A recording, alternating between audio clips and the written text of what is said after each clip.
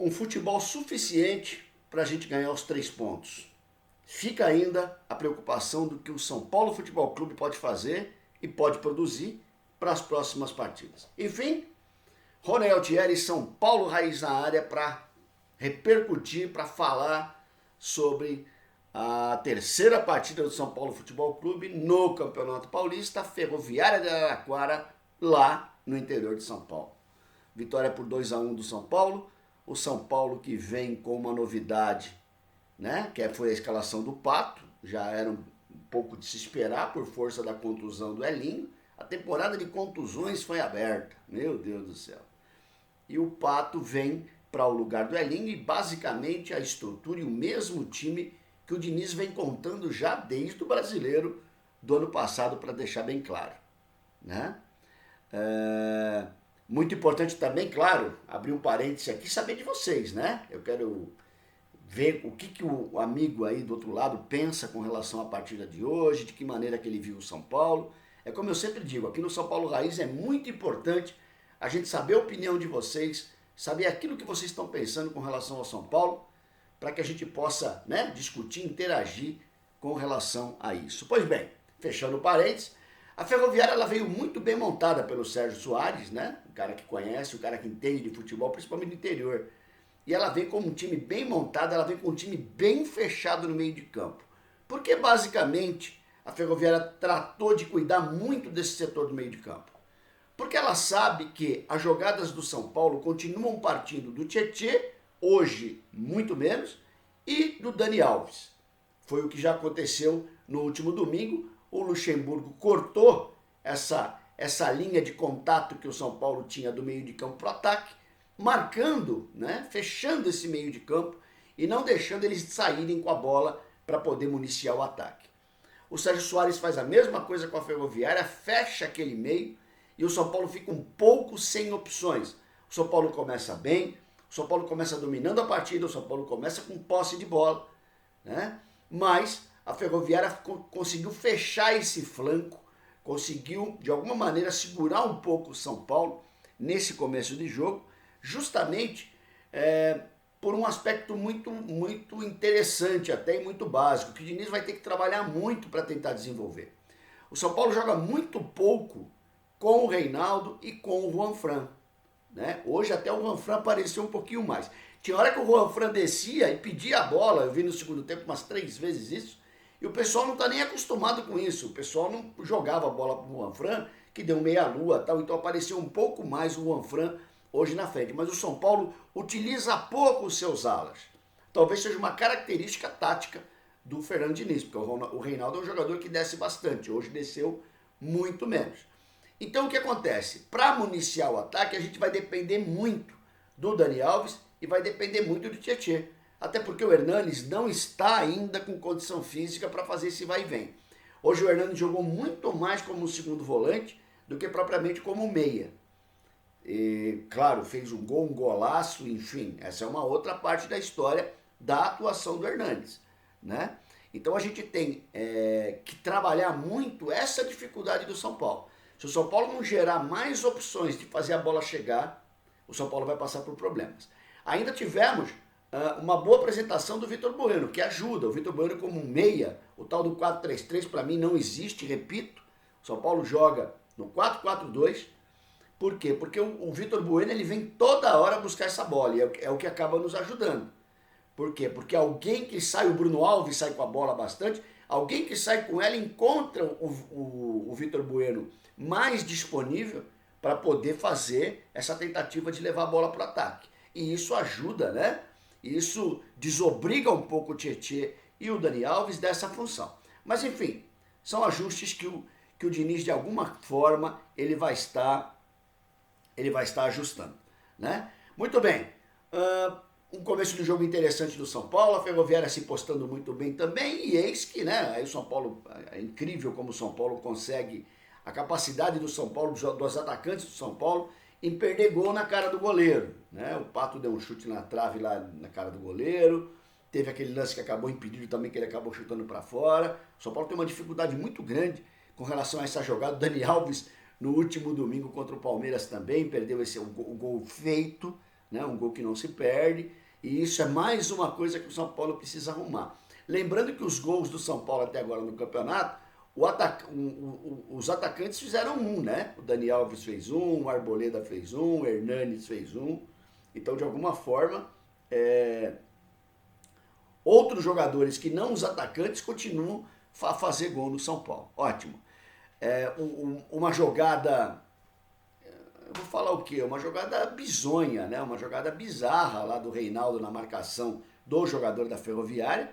O jogador dentro da área, pedalou, foi para cima, travou a bola, dividiu a bola ainda com o Reinaldo. O Reinaldo teve a chance da divisão da bola, saiu do Reinaldo sozinho e acabou cruzando para a área, aquela confusão, e o jogador da Ferroviária meteu pro gol 1-0 para a Ferroviária, no momento que o São Paulo estava até interessante na partida. Interessante é o termo, tá? Logo na saída o São Paulo vai e empata no golaço do Hernanes. Isso ajudou muito o São Paulo a se reequilibrar no jogo, né? Porque dessa maneira tomou, mas já fez em seguida, ufa, voltamos para o empate novamente. Um belo gol do Hernanes, um gol à la Hernanes, né? A gente fica imaginando se o Hernanes estivesse com a condição física ideal, o que ele ainda não poderia, né, estar produzindo para o São Paulo. Infelizmente, que ele ainda não consegue fazer, né? Enfim, o São Paulo de alguma forma faz um primeiro tempo interessante, um primeiro tempo bom e que termina no empate. Eu gostaria de destacar nesse primeiro tempo principalmente, e depois do segundo também, a movimentação do Pablo. Vocês perceberam um Pablo que saiu de ficar entre os zagueiros, né? Ficar basicamente dominando entre os zagueiros e vindo buscar jogo. É a característica da tática do Fernando Diniz, os atacantes voltam também para a marcação. O Pablo várias vezes esteve roubando bola na defesa para levar essa bola para o ataque também, para sair na corrida. Claro, aí fica mais distante do gol. Mas eu gostei muito mais da movimentação dele, hora na direita, hora na esquerda. Ele saiu um pouco daquilo de ficar preso com os zagueiros, que mata basicamente o atacante, né? E conseguiu fazer essa conciliação com o Pato de maneira interessante. Pode ser, desenvolvendo melhor isso daí, desenvolvendo a parte física, que esses dois jogadores sejam os nossos atacantes aí para os próximos jogos. Possivelmente vão ser esses dois jogadores, salvo se o Pato teve algum problema aí no segundo tempo com contusão, né? Espero que seja só cãibra. Muito bem. Os times vêm para o segundo tempo. Logo aos 5 minutos, o cruzamento, né? O Bruno Alves cabeceia, como sempre, grande partida do Bruno Alves de novo. Teve um contra-ataque dele lá, muito legal, que a bola sobrou para o Everton, Pablo, e quase saiu o gol do São Paulo. A jogada toda armada pelo Bruno Alves, né? Que o Milton Leite narrou que foi o Reinaldo que fez, depois ele até corrigiu. Mas por que pôr o Milton Leite para narrar o jogo do São Paulo, hein? Oh, meu Deus do céu, vou te falar também, hein? A gente é obrigado a escutar umas coisas, né? Rafael Rossi, da CBN de Rio Preto. Vamos começar a narrar os jogos aí, gente. Ô, Rafael, vamos começar a narrar as partidas aí pra gente deixar a televisão no mudo e escutar você, grande São Paulino que é, né? Muito bem, o São Paulo fez o gol e, upa, de novo, né? Se segurou lá atrás, se fechou bem, ficou bem fechadinho e dá-lhe a Ferroviária. Levou perigo pro Volpi pouquíssimas vezes, mas aí a Ferroviária fica tocando bola. A gente sente falta daquele São Paulo protagonista, né? A gente sabe que vive outros tempos, a gente sabe que é difícil, mas a gente sente falta daquele São Paulo que comanda o jogo, comanda a partida. Lembrando que do outro lado nós tínhamos, com todo o respeito, a Ferroviária, né? Que em outros tempos foi gigante, foi magnífica, mas que hoje vive, né? Como vive todo o futebol do interior de São Paulo. Então, assim, o São Paulo recuado e a Ferroviária tentando entrar de alguma maneira na defesa do São Paulo, sem eficiência, sem qualidade. Ah, mas o São Paulo se fechou muito bem. Legal, se fechou mesmo, ótimo. Só que assim, será que nós precisamos ficar tão fechados, né, num jogo contra a Ferroviária em Araraquara, depois que nós viramos, tá 2-1 pro São Paulo? Será que tem essa necessidade? Mas tudo bem, é a terceira partida, Rony, você tá pegando no pé. Postei até uma crônica com relação a isso, né? Dizendo o seguinte: a gente não tem nada contra o Fernando Diniz. Eu não tenho absolutamente nada contra o Fernando Diniz. Eu quero que o Fernando Diniz dê certo. Porque se o Diniz der certo, o São Paulo dá certo. É assim que funciona, né? Eu não torço contra o Fernando Diniz. Torcer contra ele é torcer pro São Paulo apanhar para ele cair. Então tá fora de qualquer cogitação torcer pro São Paulo se dar mal, gente. Pelo amor de Deus, isso é insanidade. Isso é loucura. Torço muito pelo Fernando Diniz, mas o Fernando Diniz precisa fazer o trabalho dele. O Fernando Diniz precisa fazer o papel dele, né? De realmente fazer um São Paulo voltar a ser grande e voltar a crescer. Ah, Rony, isso leva muito tempo, então esquece, cara. Então não é o cara, né? O São Paulo não tem muito tempo, não existe muito tempo na vida do São Paulo. O São Paulo está 10 anos aí, já é tempo demais para o São Paulo Futebol Clube, né? Para a coletividade que nós temos, que é a coletividade forjada e acostumada a ser campeão. Então assim, a coisa precisa virar rápido. Então se for o Diniz, ótimo. Então Diniz, vira rápido, foi o que eu falei no começo. É um futebol suficiente para ganhar os 3 pontos da Ferroviária. Só que assim, tá batendo na porta aí, Libertadores da América, tá batendo na porta Copa do Brasil, nós precisamos jogar muito mais bola do que isso. Isso não convence a gente, né? Por quê? Porque nós queremos um outro tipo de futebol. Mas enfim, aí de alguma maneira a Ferroviária fica apertando o São Paulo, aí o Pato sentiu lá a contusão aos 26, o Everton vem pro jogo, vem primeiro na direita, depois ele passa para a esquerda, com a entrada do Toró aos 33 minutos, né? O Vitor Bueno sai, entra o Toró também, o Toró vai lá para a direita, o Diniz tenta dar uma arrumada no ataque, aos 41 minutos sai o Tietê, entra o Luan, né? E aí o São Paulo continuou, desde o tempo que eu estou falando aqui, preso na defesa, tentando alguns contra-ataques, o Pablo quase fez o gol naquela jogada do Bruno Alves que eu falei agora há pouco. Então, de alguma maneira, o São Paulo tentou sair no contra-ataque para pegar a Ferroviária desprevenida. Legal, eu gosto, legal você montar uma armadilha, se fechar e sair. Só que assim, se fosse um clássico, você até entende, né? Mas você tá jogando contra a Ferroviária, cara, e você tomar sufoco da Ferroviária, e no final lá, ainda quase toma um gol, o cara bateu aquela bola direita, o Volpe voou, passou. Pra mim tinha entrado aquela bola, eu tomei um susto danado. Mas o importante é que o São Paulo sai com os 3 pontos de Araraquara na temporada de Araraquara, bela e querida Araraquara e querida Ferroviária também, é claro. No segundo tempo o Hernani sumiu, no segundo tempo o Reinaldo sumiu, no segundo tempo alguns jogadores ali ou cansam ou se escondem, eu já não sei muito bem já, para mim isso aí fica meio misturado. Eu gostaria de ver muito mais ímpeto, muito mais vontade, muito mais intensidade, mas tudo bem, de repente eu estou querendo demais, né? O importante foi o São Paulo ganhar os 3 pontos, eu sempre digo isso para vocês, né? O cenário ideal, jogar muito e ganhar o jogo. Esse é o cenário ideal, né?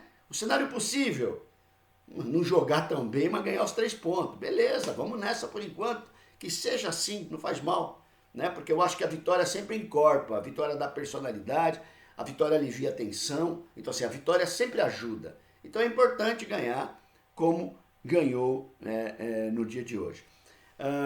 Gostaria de dar um destaque para a torcida do São Paulo no interior, fantástica. A torcida do São Paulo no interior de São Paulo é gigante, como é nesse Brasil inteiro.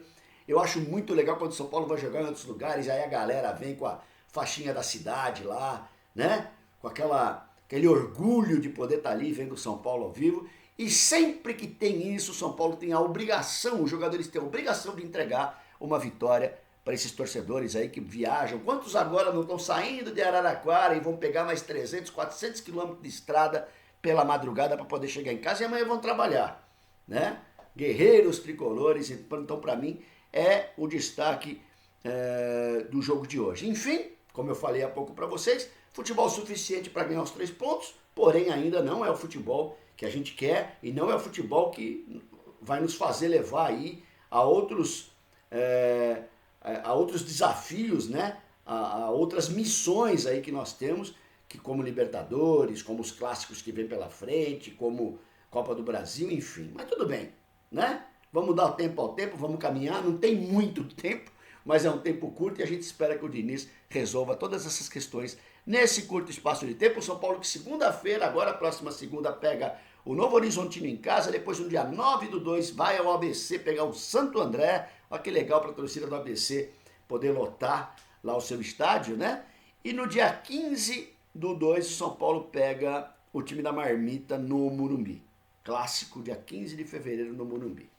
A gente espera que já no dia 15/2 São Paulo já esteja voando, jogando muita bola e que goleie o time da Marmita para que a gente definitivamente enxergue um 2020 cheio de alegria e cheio de realizações. Legal, gente? Meu muito obrigado aos parceiros aí, estamos chegando a 5.000 inscritos. Quem não se inscreveu, por gentileza, o faça. E a gente continua falando do São Paulo, repercutindo o São Paulo nessa temporada de 2020.